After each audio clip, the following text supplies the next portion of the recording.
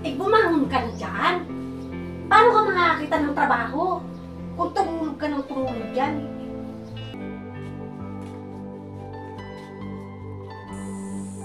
Tulog ng tulog.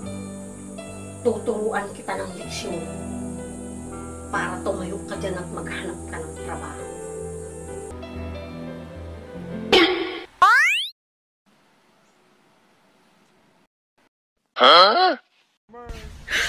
Hindi siya.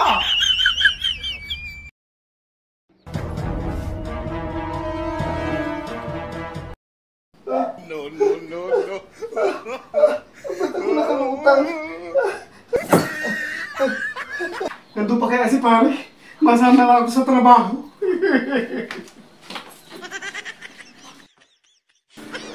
O, diba? Sumipag.